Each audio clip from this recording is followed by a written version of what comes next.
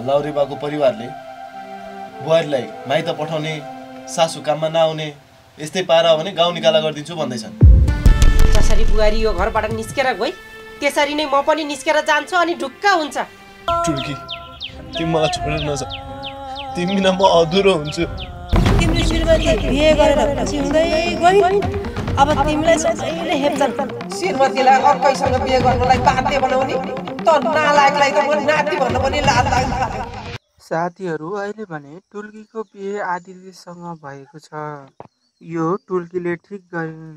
लच्छुलाई अहिले भने बल्ल गल्तीको महसुस हुँदै गएको छ। लच्छुलाई गल्तीको महसुस गराउन टुल्की र आदित्य मिलेको जस्तो लाग्यो। उता लाउरे बाको छोराले पनि दुःख पाएको हेर्न मन छ। यता लच्छेको आमालाई काममा डराइरहँदाखेरि उल्टै काममा आएन भने गाउँबाट निकालिदिन्छु पनि भनेका थिए रे। अहिले सौतिनी आमाले भनेका छन् कि बुहारीले बल्ल घर छोड गइन्, अब कुन बेला म नि घर छोड गइदिन्छु अनि त तँलाई ढुक्क हुन्छ होला नि पनि भनेका थिए। अनि हजुरआमाले भन्थे कि यदि तैँले उसलाई बेलैमा बुझिदिएको भए आज यो दिन आउने नै थिएन।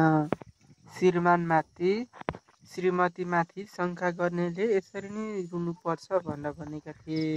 जे गरी टुल्कीले ठिक गरिन्। पल पल मरेर बाँच्नु भन्दा त ठिक गरिन्। यस्ता नबुझ्ने बुढा हुनुभन्दा त मरे ठिक हुन्छ।